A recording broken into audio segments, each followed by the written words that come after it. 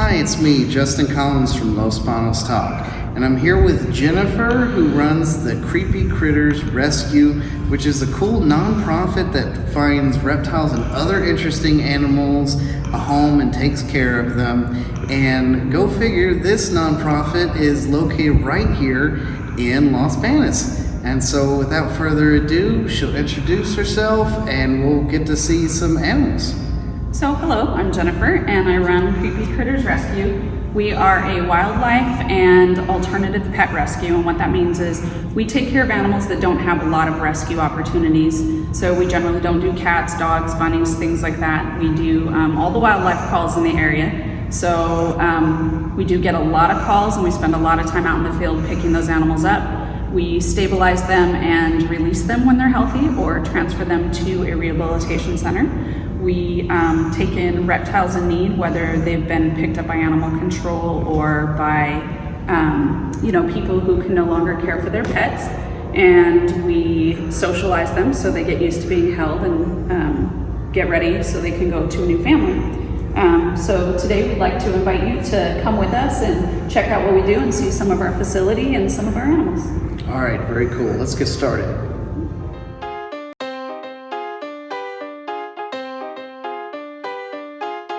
So here we have the Caribbean, and it has Caribbean.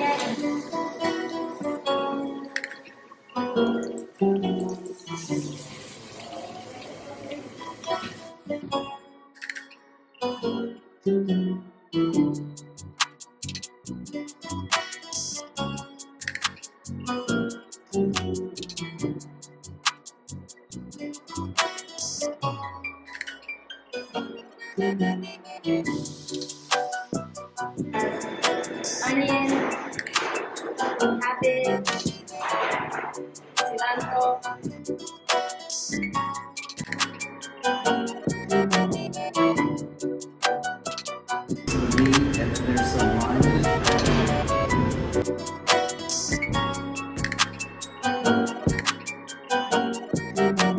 Okay, so we have lots of different rooms. There's different animals in the different rooms. The animals that come to us because they need something. They either, are sick, injured, have been on the streets and found as a stray. The animals are stressed, and a lot of them have gone through a lot of really challenging things, and they all have different medical conditions. So we do not allow people to come into the rescue rooms, and the reason is we need to keep the animals as low stress as possible so that they can recover efficiently, but we also don't want to cross-contaminate with people who have interacted with other animals or don't know the proper sanitation protocols for our facility. So just to keep everybody safe, we tend to keep people out of the rehabilitation areas. This is our resident monitor. This is 8-bit. He is going to get probably about 3 times the size he is right now. He is not tame in the sense that mammal owners would think. He knows us and trusts us, so we can interact with him, but if we took him out and handed him to a stranger, he could be a problem. He's just one of the many animals that we have in the rescue that have been here a long time and will probably be here a long time. Finding a home for him that has adequate spacing is one of the challenges, and we take what we do very seriously. So once animals come to us and we get them healthy and get them friendly, we try to find homes, but we will not let them go to a home that isn't better than what we're already providing. So that's 8-bit's story. I don't not like bugs. I wouldn't say I like bugs, but I don't not like bugs. They hiss, so just be warned, they make noise. Hissing cockroaches. So yeah, this is a Madagascar hissing cockroach. Okay. They freak people out because they're giant cockroaches, but they are more like pets. They hiss. That's their only means of protection, is that they make those hissing noises. I can hear it, yeah. Yeah, and that is how they ward off predators. And when an animal picks them up and puts them in the mouth, they do that hiss, and a lot of times the animal will be afraid and drop them. But animals like him like to eat things like this. So it seems very just kind of calm and docile. Yeah, they're very calm. Did you want to hold it? Sure, I'll hold it. Would you say that this is like an animal that It's okay. That is good for, say, like maybe, I don't know, kids or people who... These guys make great pets. They're easy to care for. They're really cool looking. You'll notice there's these little symbiotic mites on them, totally normal. Yeah. They go through and they help keep them clean. But yeah, they're really great. They're easy and really interesting, kind of like little dinosaurs. Cool, that is really Yeah. cool. Come here.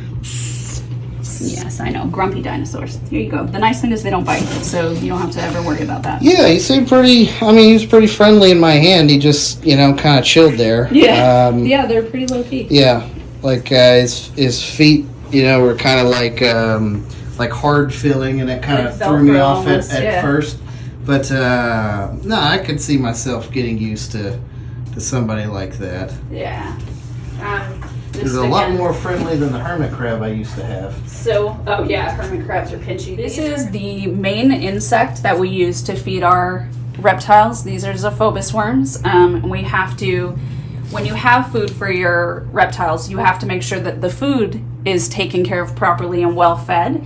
And the reason is if they're not getting the nutrition they need when you feed them to the reptiles do not get the nutrition they need. So you have to care for your pet's food as well as your pet. So these are all important things to know. The reason why we do Zophobus worms is because the protein to exoskeleton ratio is right. Their exoskeleton is very thin and the protein content is high.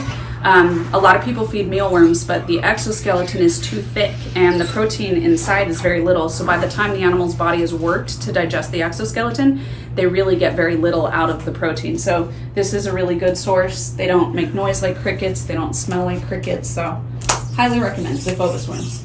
I think most pet stores call them superworms or king mealworms, but Do you like raise them yourself, breed them, kind of thing? Or we no? have way more animals than we could manage to. We do supplemental breeding, that's why we have this set up. But the amount of animals we feed, we also have to order from a bug breeding facility. What's with the egg cart? Like, what does that do? That allows them a place to crawl out of the food medium. They'll burrow through the food, eat for a while, and then that allows them to like get up and air out and get out of the food and just kind of gives them another level to interact on. So you really have to know like a lot about a variety of different animals and species and stuff to really do what you do. Yeah. Where do you guys do? How did you guys come about learning a lot of these things? So I have been doing this. I got my first reptile when I was 3 years old. 5 years old. Sorry. Fell in love with them at the zoo when I was 3. Got my first reptile at 5. And have kind of been going since then. I volunteered at wildlife centers when I was young. I trained guide dogs for the blind. I did field days with 4-H, and then I went to, when I was in high school, I worked as a attendant at a vet clinic, and then after high school, I went to school, majored in biology, and then I started interning at different vet clinics. So I'm a veterinary technician, and I've been the primary vet resource here with Creepy Critters for the whole time it's been in existence, and I've been doing this for about, I'm going to say 27 years. He's an African sulcata tortoise. He is young. By the time he is full grown, he'll be about 3 feet across, 2 feet wide, and weigh around 100 pounds. We do have adults at the sanctuary. He's just one of the few residents. So he can get up to like 100 pounds and stuff. So, I mean, okay, like how long do these guys live for? They can live about 100 years. Some have gone as far as 150. These are the kind of animals that if you're going to own them, you're going to will them to your kids and your kids' kids, and it's a family heirloom. That makes sense. He's gonna have you a gotten bunch. some adults because we people have buy some. it and then basically maybe they die or something and then they don't have anyone to give it to? Is that happen? we get a lot of these guys in. People go to expos and buy them when they're 2 inches across. They're cute, tiny little tortoises. But within 10 years, they're going to be about 40 pounds, and they can be very destructive. They will eat anything in their path and dig and knock things over. So I think a lot of people get them and then have no idea how to handle the adults. But yeah, sometimes people are moving and they're downsizing and can't. Does it like make sense for someone to maybe like let them play in their yard or something, to get rec time kind of thing, and then cage? I don't know, how do you? So no, I'm actually glad you asked because I forget. I do this all the time. I forget people don't know. So these guys make great pets, but they have to live outdoors once they get to a certain size because the adults are too big to have indoors or keep in pens. So yeah, this is a yard pet. This is the kind of thing you would make sure your yard was secure and that there wasn't anything that could hurt the tortoise, and then you would let the tortoise live in your backyard. So tortoises being different than turtles, tortoises don't live in water, right? Tortoises are like land creatures, yeah? Well, and not all turtles are either. So the primary difference between a turtle and a tortoise is that a tortoise is a vegetarian and turtles are omnivorous. So they're going to eat animal matter as well as plant matter. Tortoises are only going to eat plant matter. Tortoises get bigger than turtles in general, sea turtle excluded, and they live a lot longer. Your average turtle lives around 40 years, but sea turtles will live a lot longer. But your average pet turtle will live around 40, whereas your average tortoise will live 75 to 100. Looks like he's eating some geranium right now. Oh yeah. These are tortoise-safe plants. Not all plants are, so you can't just let them eat anything, but we have this here on purpose. Okay. So the animals can munch. So do they bite? Oh no. So the great thing about tortoises is that they're vegetarian, so they're not predatory. So they're not going to bite a human unless if you're holding food, they might accidentally grab you while trying to eat food. But no, they'll never bite out of aggression because that's not how tortoises defend themselves. Okay, they just withdraw in their shell, I guess? Well, yeah, they'll withdraw in their shell. If two tortoises are fighting each other, then they will ram their shells together very hard. It's a lot like when, two rams headbutt each other and you hear that crack. That's what you're going to hear when the tortoises decide to fight each other. And they can do a lot of damage to themselves, but they don't use their mouths.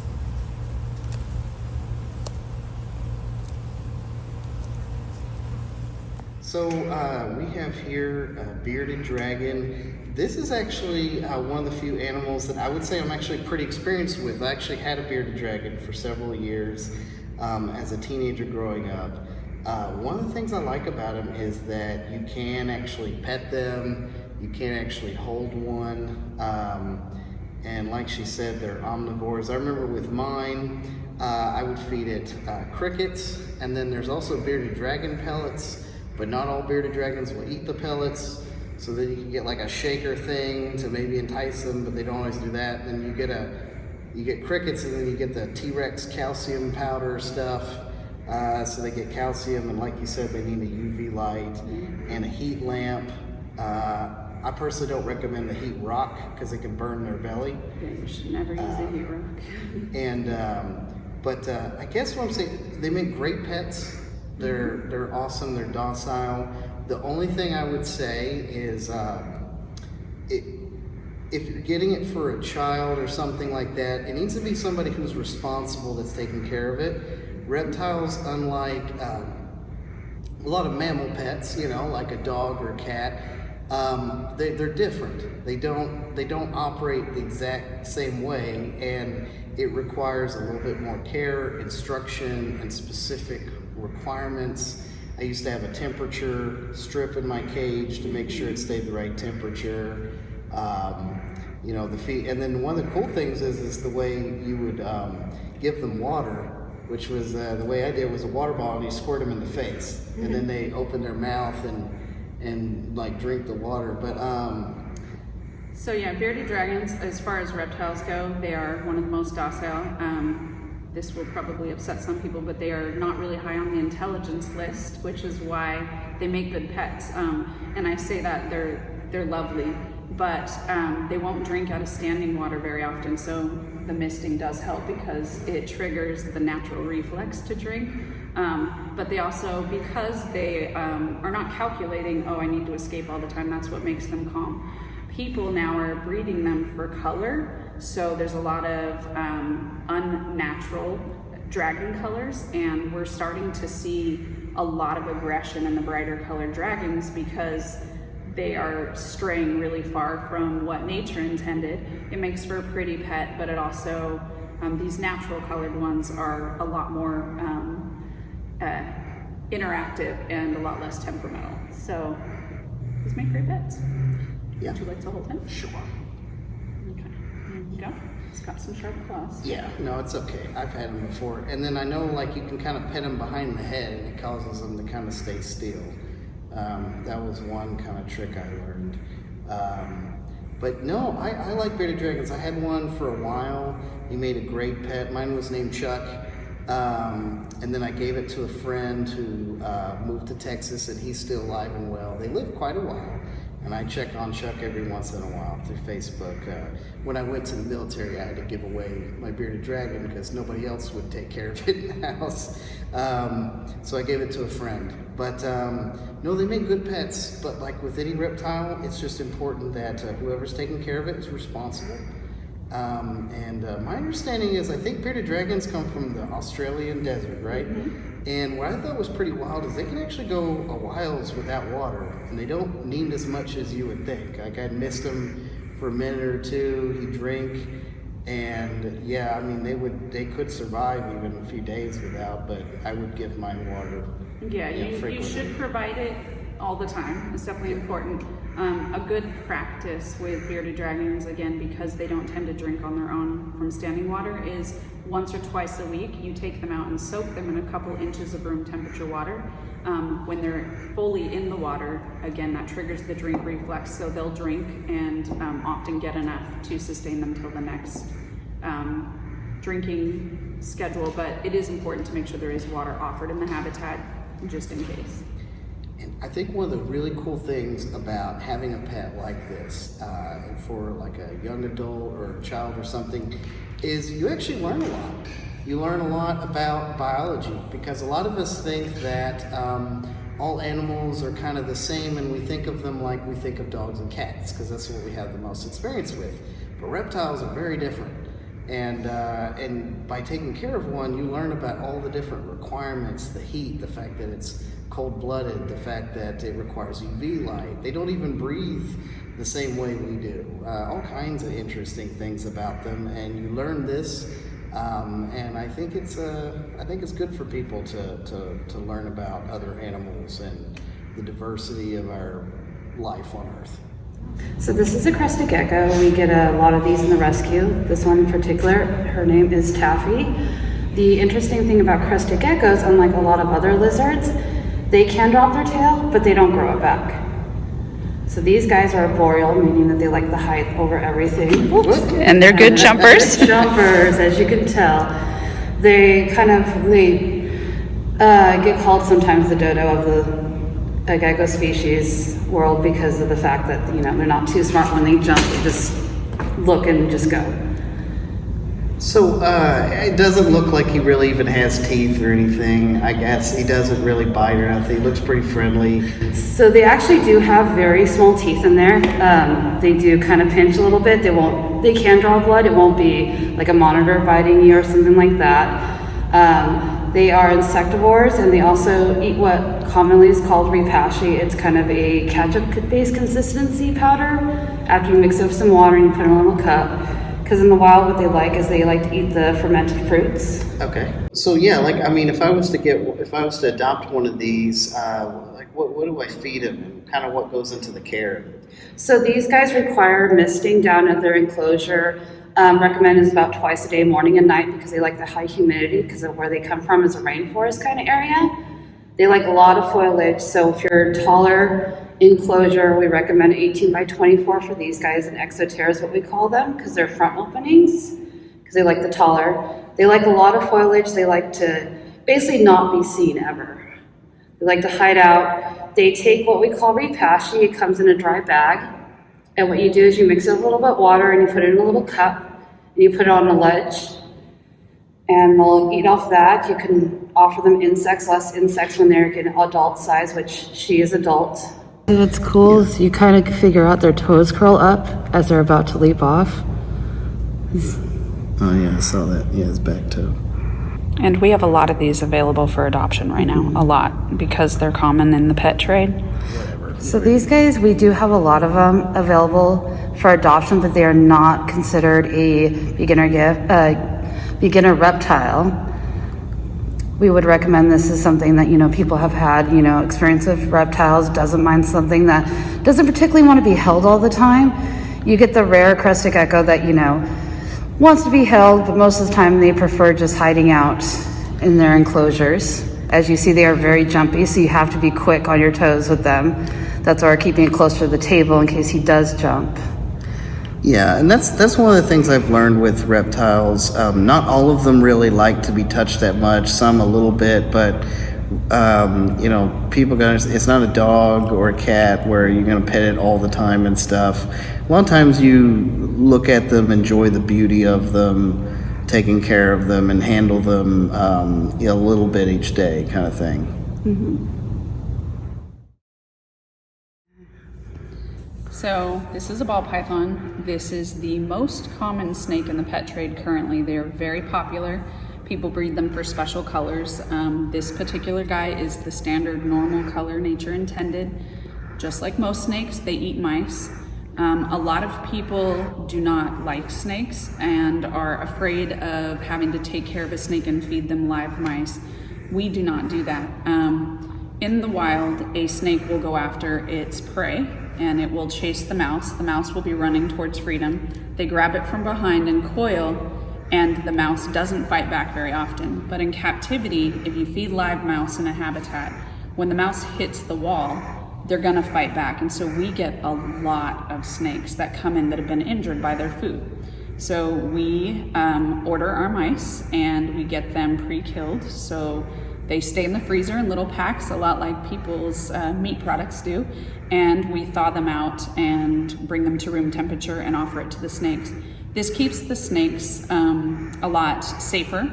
They don't have to worry about being injured by their food, but it also helps to keep them calm because when they don't have to fight for their meal, when you're reaching your hand in, you're gonna be a lot safer reaching in and getting them because they won't mistake the movement for food because their food does not move. So that doesn't mean it's the only way. There's a lot of people who feed live and that is a personal choice, but because we see the injuries at the rescue, that's kind of how we choose to do it. Cool. There you go. Alrighty. Yeah, I like ball pythons. I actually have always kind of wanted one, but I know my wife would never allow it. But they're in the constrictor family, right? So they're not poisonous, and they really don't. Biting isn't really kind of how they do. They like to constrict their prey. So they're different, and a lot of people ask, how do they feel? And actually, he feels really smooth, and kind of cool, and actually, he feels kind of good to touch. I wouldn't describe him at all. He's not scaly or slimy or anything like that, and I like them. They're really chill. I've always thought they make good pets. Basically it's just the stigma around them, but they actually make good pets. And do you guys have several of these here? We always have several ball pythons available for adoption. And would you say, what kind of class of pet would you say in terms of, is it a beginner level, requires some experience? Where would you say? He could be a beginner pet for sure. The nice thing about snakes is they don't need to eat all the time. They're not like mammals. And they eat whole prey, which means they swallow their food whole. So you only have to feed them once every 2 to 3 weeks. Once they're full adult size, you can even feed every 4 weeks, depending on the size of the prey. They don't make a big mess. Ball pythons in general aren't super active. The younger they are, the more active they are. But they don't need a lot of space. They don't need special lighting. The only thing you have to do is provide a heat source if your house is cold. So as far as pets go, they're pretty easy pets to own. There are some special things. They shed their skin as they grow, and during that time they need a little extra humidity. But all of these details that people need to know, we educate anybody who's adopting from us and make sure that they have all the information long before they get to take an animal home. How big can they get? So ball pythons, I think a lot of people consider them big snakes. Of course, at the rescue, we see a lot of huge snakes. They can get 3 to 4 feet long. And so they're not particularly long snakes as far as, snakes go, but they get girthy, which is what makes them feel like a bigger snake. The females particularly can get pretty big around. The males tend to stay a little more slender. So they can get hefty, but not very long. As you can tell, I don't have as much practice keeping him in one place as they do, but he's still, I'm sure if I had one, it would come in time. Yeah, he'd and, get used to it. And he's definitely very docile and friendly and pretty to look at. And boa constrictors, in my opinion, make for pretty good. This pretty is good a ball dogs. python, but we will see a boa in a minute. Oh, my mistake, ball python. But yeah, they do. They make pretty good pets if you like snakes.